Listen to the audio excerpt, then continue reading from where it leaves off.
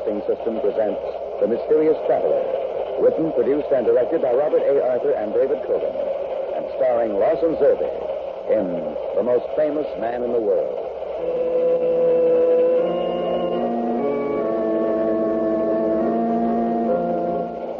This is the Mysterious Traveler, inviting you to join me on another journey into the realm of the strange and the terrifying. I hope you'll enjoy the trip. So settle back, get a good grip on your nerves, and be comfortable, if you can, as we meet two people who haven't even been born yet. It's a story I call The Most Famous Man in the World.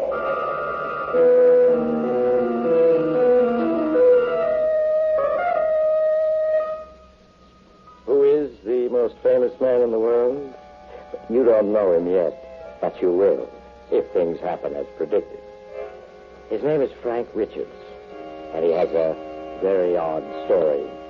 You may find it a little hard to believe at first, but so many things are hard to believe these days, aren't they? So please, keep an open mind while Frank gives you all the facts. And here he is. I wouldn't be telling you this if Mabel hadn't asked me to. Just before she went to the hospital, she said, "Frank, you tell people exactly what's happened. Even if they don't believe you, you'll have done your duty." And I said, "All right, I would. So I'm going to tell you about the Deans." They rented our front room, John and Susie Dean. They spell their names funny. John, Jon, and Susie, Susi. You see, we had an extra room in our apartment, and when we learned there was going to be an addition to the family, we decided we needed some extra money. So I went down to the paper and put in an advertisement, offering our front room for rent. Then I went to work. Well, I got home about 6, and I'd hardly settled down with my paper when the door buzzer rang. Frank, see who that is, will you, dear? I'm busy with supper. All right, sweetheart. Yes? Mr. Frank Richards, Yes, that's my name. I'm John Dean, and this is my wife, Susie. Oh, pleased to meet you. How do you do, Mr. Richards?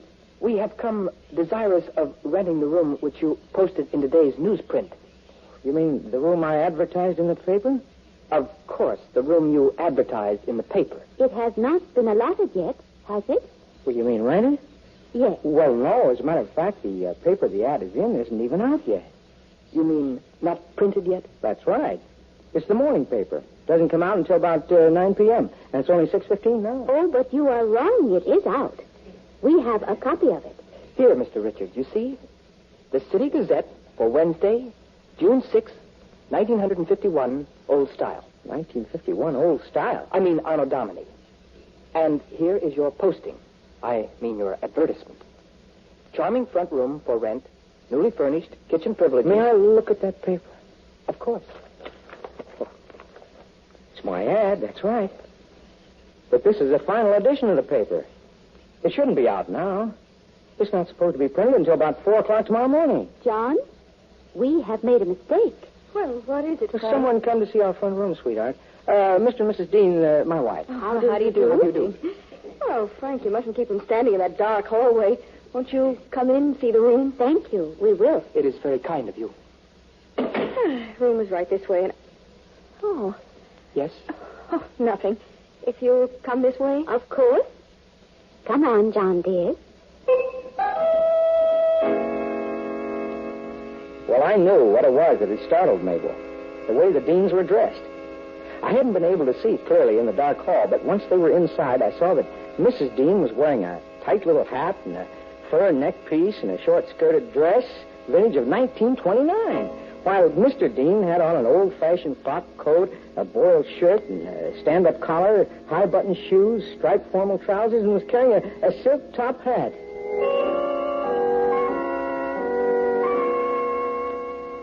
A minute later, Mabel came out, leading them to look the front room over, and joined me, looking puzzled. Frank, did you see how they're dressed?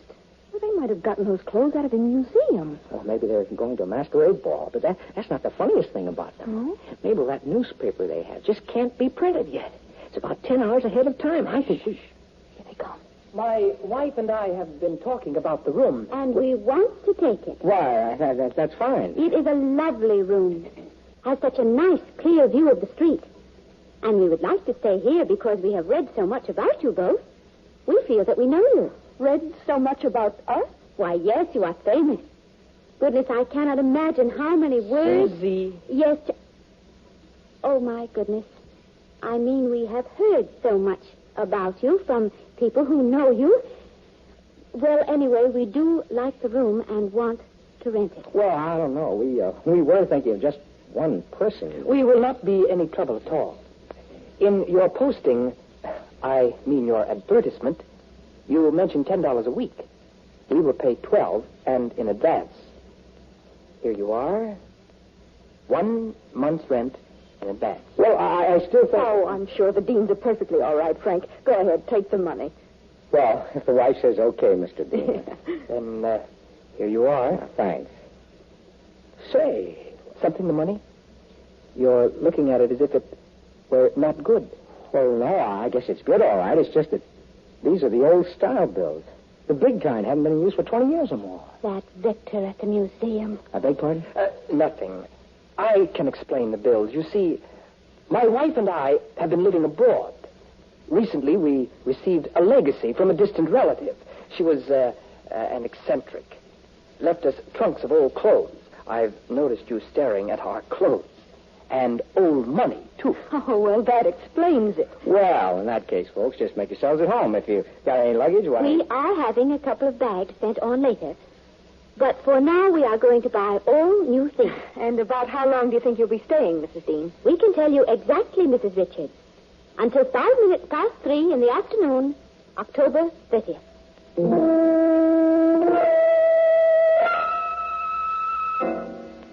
You see what I mean about the Deans being odd? Well, I've explained to you in all this detail so you'll know just how the whole thing started. Well, the next day, the Deans went shopping and came back with a brand new, up-to-date wardrobe.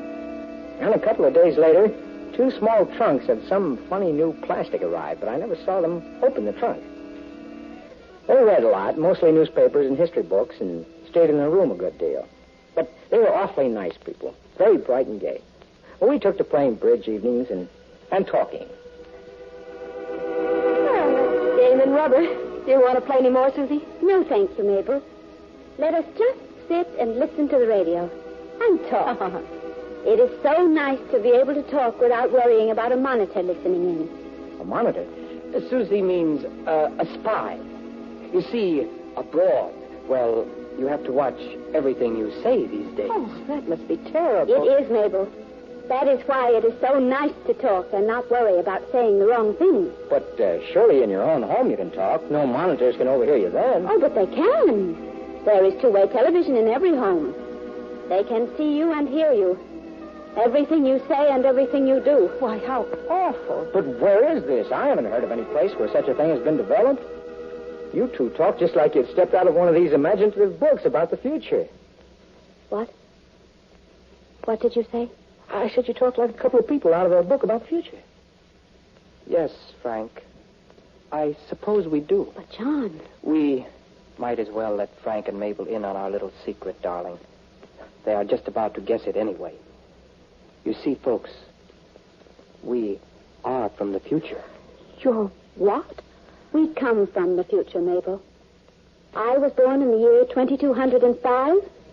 John was born in 2198. Oh, no. Hey, wait a minute. Hey, gag's a gag, but you're kidding. No, Frank. You are kidding, aren't you? You know we are not kidding. Back home now, the year is 2228.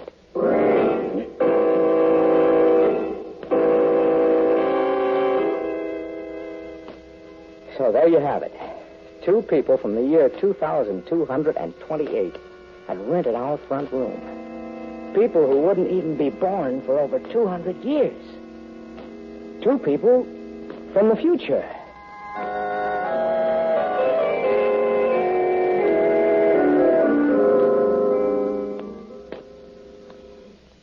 Well, Frank, Mabel, I see you are convinced now. Oh, yes, I guess we are.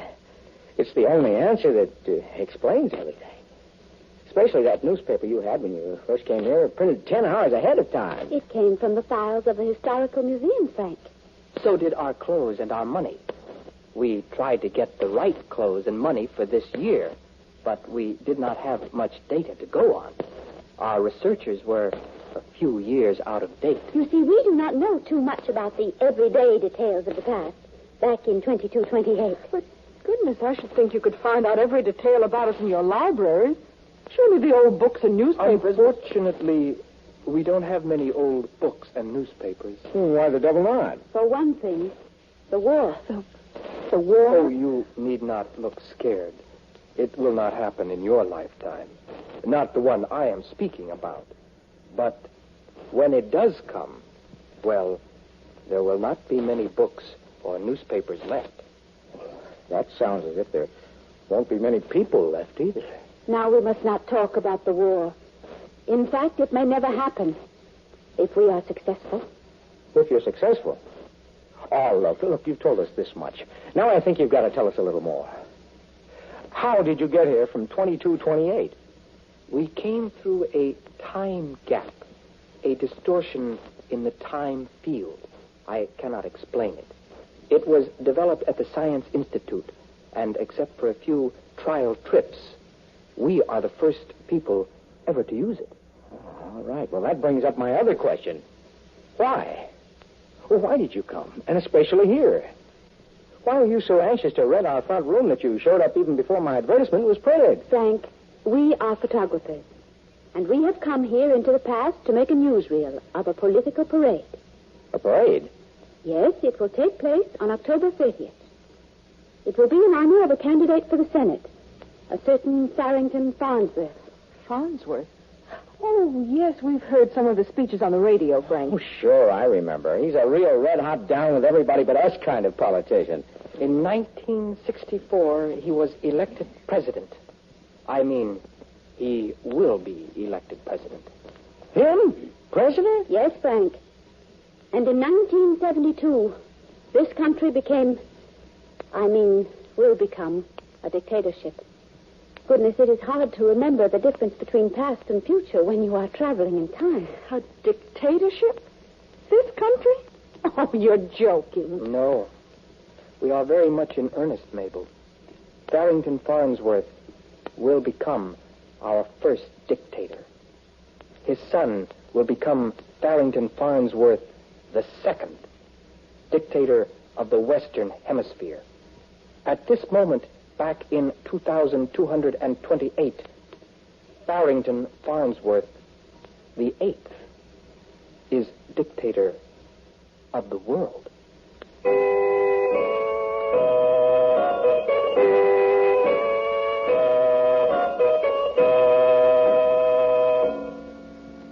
I guess we sat up most of that night talking. And what John and Susie told us kind of made our hair stand on end. About the dictatorship of America and the wars that followed, ending up with a big slam-bang all-out war of 2012 with only 400 million people left alive. And how the dictatorship spread over the world so that by 2228, the world was ruled by a small group living in luxury, most of them distant descendants of dictator Farnsworth the First.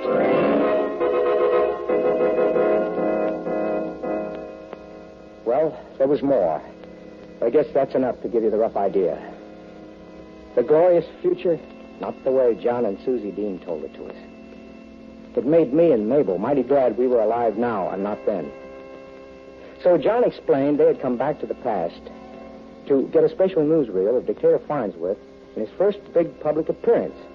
Now, that's all they would say, so we let it go at that. We didn't tell anybody about them. Who would have believed us? But now that we knew the truth, we weren't puzzled by John and Susie anymore.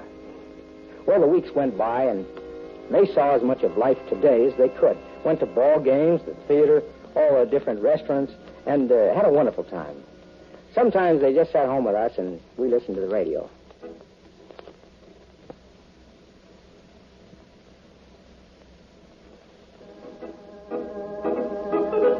Oh, this is so much fun.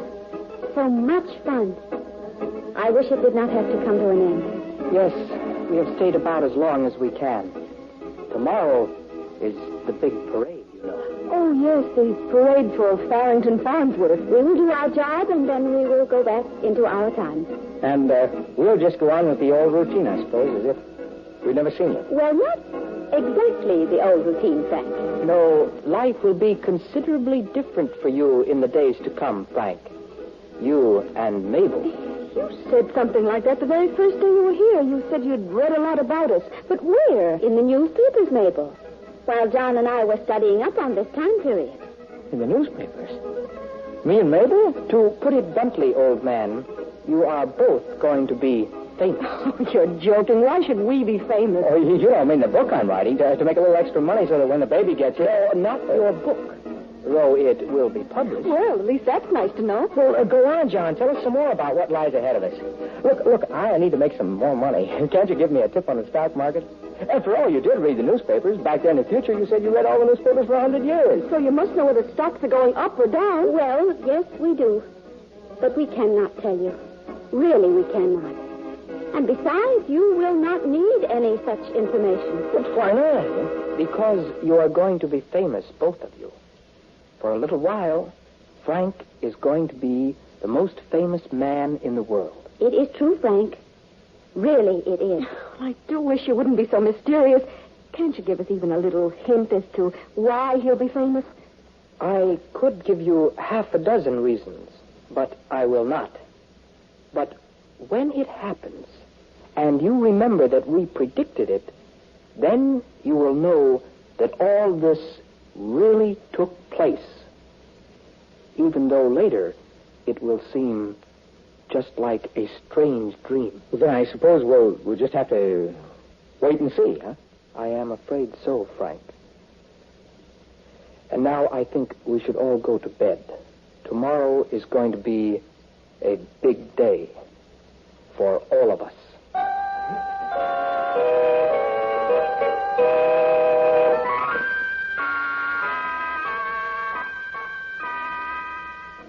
So, we all went to bed. Mabel and I tried to figure out what John and Susie meant. How could two average people like us become famous? Didn't add up. So we finally decided they were just kidding us and went to sleep. Well, the next day, we didn't get to talk much. John and Susie were busy. Long before the parade came past, they got a funny-looking camera out of their suitcases and started setting it up in the front room, looking out on Main Street. But when they finished, we could hear the bands playing in the distance as the parade in honor of Farrington Farnsworth came down our street. Well, here he comes, Susie. Your great, many times great-grandfather will be coming past any minute. Yes, I know. I suppose I will be the first person in history to see his great-grandfather 8 times removed. Nervous? I am a little. What will happen? I do not know. But we will have to be prepared. I am prepared. Hey, what are you two talking about? Is the parade in sight, huh? It is just down the street. Where is Mabel? Oh, she's lying down. Doesn't feel like watching. I'll turn on the radio. We'll get a commentary from the car right behind Farnsworth. I think I can see his car now. Yes, I am sure of it. Well, folks, here we are, halfway to City Auditorium. And so far, at least 500,000 people have greeted Mr. Farrington Farnsworth from the crowded sidewalk. It's truly a triumphal day for him. All public opinion polls predict he'll be swept into the Senate by a landslide. And he was, too. Went on to become dictator. Now his descendants keep the world in slavery. As far ahead as the eye can see, dense mobs line the streets. Victory is in the air, victory for Farnsworth and his foreign policy. Now we're going to let you listen to the band for a moment.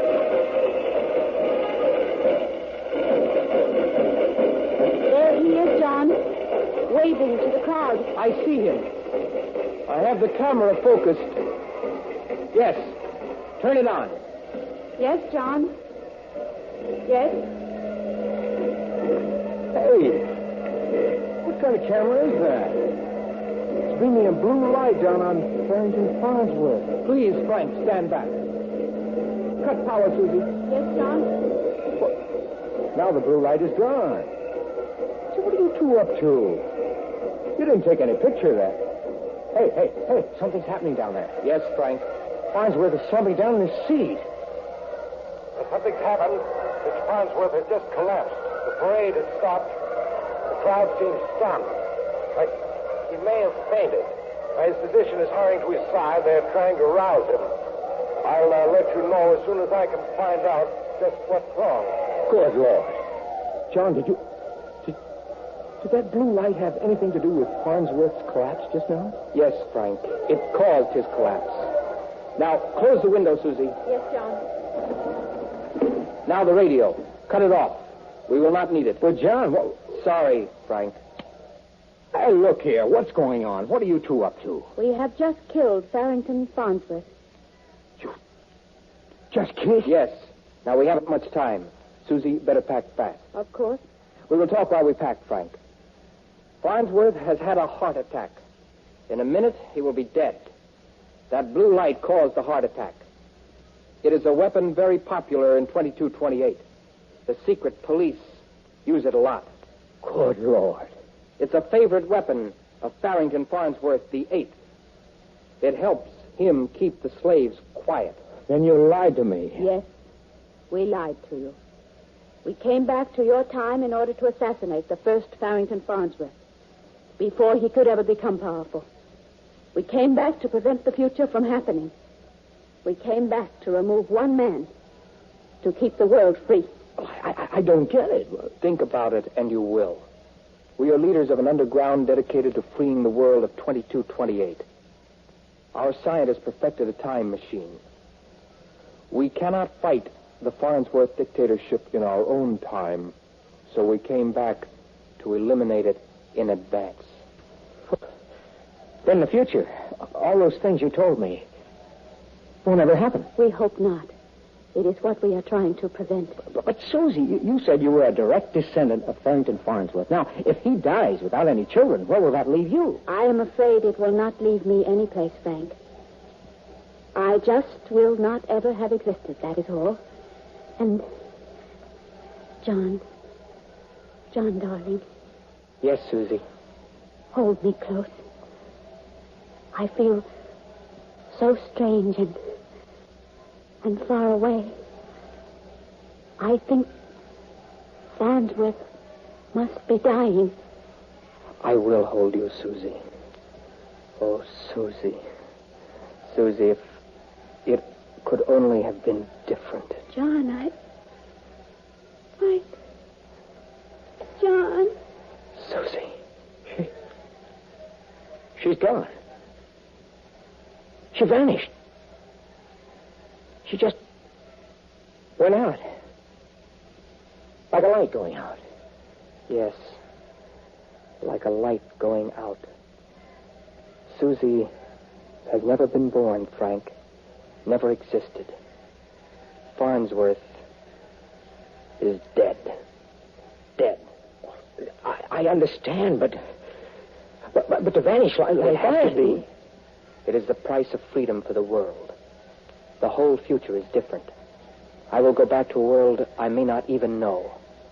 Now stand back, Frank. I am signaling for them to turn on the time transmitter and pull me back to 2228. Back in my own time, they hear that. They will be activating the apparatus. I'll be gone in a moment, Frank. But what will I tell people? Do not tell them anything. They may lock you up in a sanitarium if you do. Remember, the doctors will say Farnsworth died of a heart attack. There will be no proof he has been murdered. Now, goodbye, Frank. You're getting all misty, transparent. I can see through you. John! Goodbye, Frank. Goodbye. Be happy with Mabel. Remember, I predicted you would be famous. Forget about us. Forget about us. He's gone. And the trunks. Everything they brought with them is gone. Everything is just gone.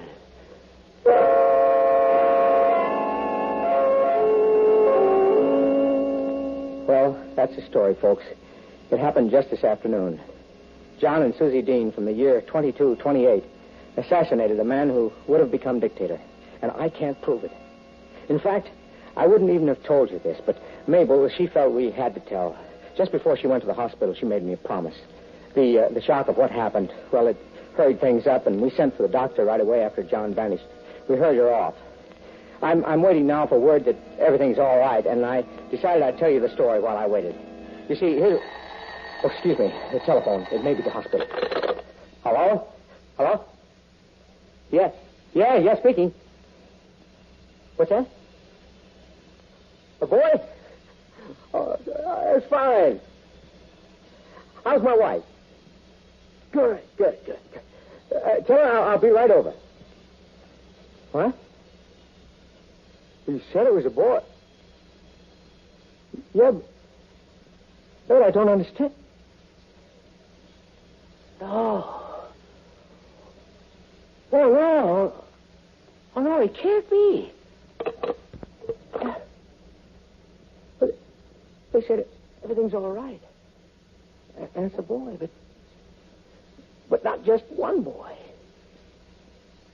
6. 6 boys. What? Oh, so that's what John meant. That's what he meant when he said he could give me half a dozen reasons why we were going to be famous.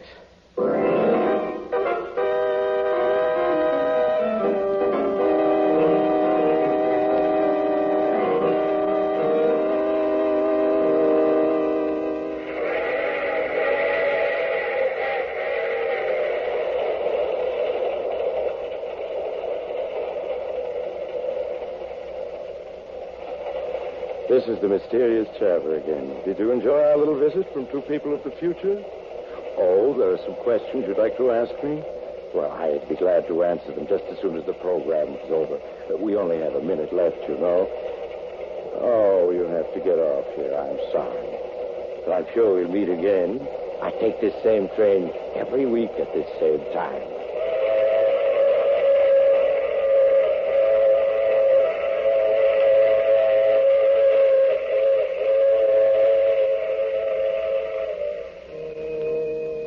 You have just heard The Mysterious Traveler.